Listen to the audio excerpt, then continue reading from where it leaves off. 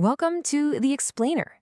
We talk a ton about what makes a good leader, but what if the most important quality is one we hardly ever measure? Today, we're digging into a concept that goes way beyond just being smart or charming. It gets to the very core of what it means to lead. So, we all get IQ and EQ, right? How smart you are and how well you handle emotions. But I want you to think back for a second to the best leader you've ever had.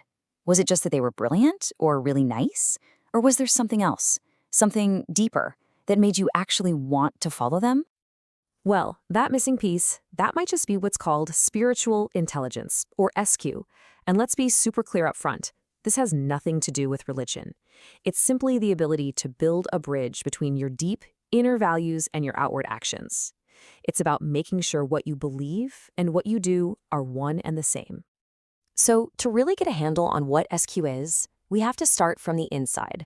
Let's explore how it works as a kind of inner compass that guides a leader from their very core. It really all begins with self-awareness. SQ is what pushes a leader to look past the ego, the promotions, the profits, the praise, and to ask the really hard questions. What are my real values? What is my true purpose here? And when you have that kind of self-awareness, it naturally builds this powerful sense of purpose. Suddenly, work isn't just a job anymore. It's not just a collection of tasks. With a high SQ, work becomes a vehicle for making a genuine impact and for your own personal growth. You know what else that inner purpose does? It builds incredible resilience. And here's why. Because when a leader's identity is tied to something bigger than just the quarterly results, they have this inner core of strength. So when things go sideways, and they always do, they can navigate the chaos with grace, instead of just reacting out of fear or stress. And this all leads to the most crucial part, ethical alignment. At the end of the day, SQ is that force that compels a leader to act with integrity, to make sure their decisions line up with their values, especially when it's the hard thing to do.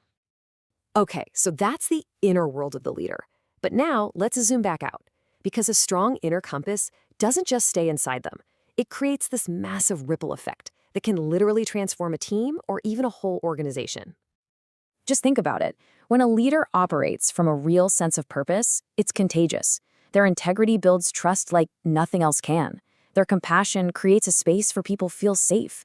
And this isn't just some nice, fluffy idea. It leads directly to teams that are more inspired, more committed, and frankly, just perform a whole lot better. But how? How does SQ actually guide a leader's actions day in and day out? Well, this is where it gets fascinating because it seems to work in two completely different ways. One is very conscious, and the other is almost unconscious. We can break it down into conscious SQ versus unconscious SQ. On one side, you have the deliberate things a leader chooses to do.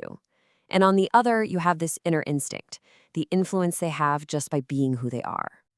Conscious SQ is all about that intentional effort. It's the leader who actually carves out time for self-reflection, who purposely frames the company's vision around a higher purpose, and who actively practices deep, empathetic listening in every conversation. It's work. And then there's unconscious SQ. This is the stuff that just radiates from them. It's their intuition, their gut feelings that just seem to guide them in the right direction. It's an authenticity that makes people trust them instantly. It's that calm presence that can stabilize an entire team in a crisis, sometimes without even saying a word. Okay, so now let's apply this whole idea to one of the biggest leadership challenges we face today, how we govern artificial intelligence. How can a concept like SQ help us build a more human-centric framework for technology that's getting smarter every single day? First up, let's look at the foundational building blocks of any AI governance. We're talking about the guiding principles that set the whole direction and the ethics council that's supposed to oversee it all. You can see a huge difference here. Without SQ, the guiding principles are basically about avoiding getting sued. It's risk mitigation. But with SQ, those principles are built on a moral imperative to actually do good. And the Ethics Council goes from being just a corporate checklist to a truly diverse group that includes philosophers and sociologists, people who can see the full human picture. So then we have the processes themselves. How do we actually assess the risks of AI? And who is ultimately held accountable when something goes wrong? An SQ-driven framework does something profound here. It adds a human impact risk tier. It forces us to ask not just, is this legal, but how could this affect human dignity or social fairness? And this is absolutely critical. Accountability is never outsourced to the machine. There is always clear ethical accountability assigned to a person. And finally, let's look at the day-to-day practices that bring a framework like this to life. We're talking about transparency and the ability to adapt as we learn more. This is a fundamental shift in mindset. See, transparency stops being a legal defense and starts being a tool to build real trust. And the governance framework itself? It transforms from some static document that sits on a shelf into a living guide, one that evolves with our values through constant feedback and regular ethical audits. So, here's the bottom line. Whether we're leading a small team or helping design the future of technology, spiritual intelligence acts as that essential bridge. It's the thing that connects our deepest human values to our real-world actions. And this really leaves us with a final thought to chew on. In an age where artificial intelligence is accelerating like crazy, where machines are getting smarter by the day, maybe the most important upgrade we can make isn't to our technology, but to our own human wisdom.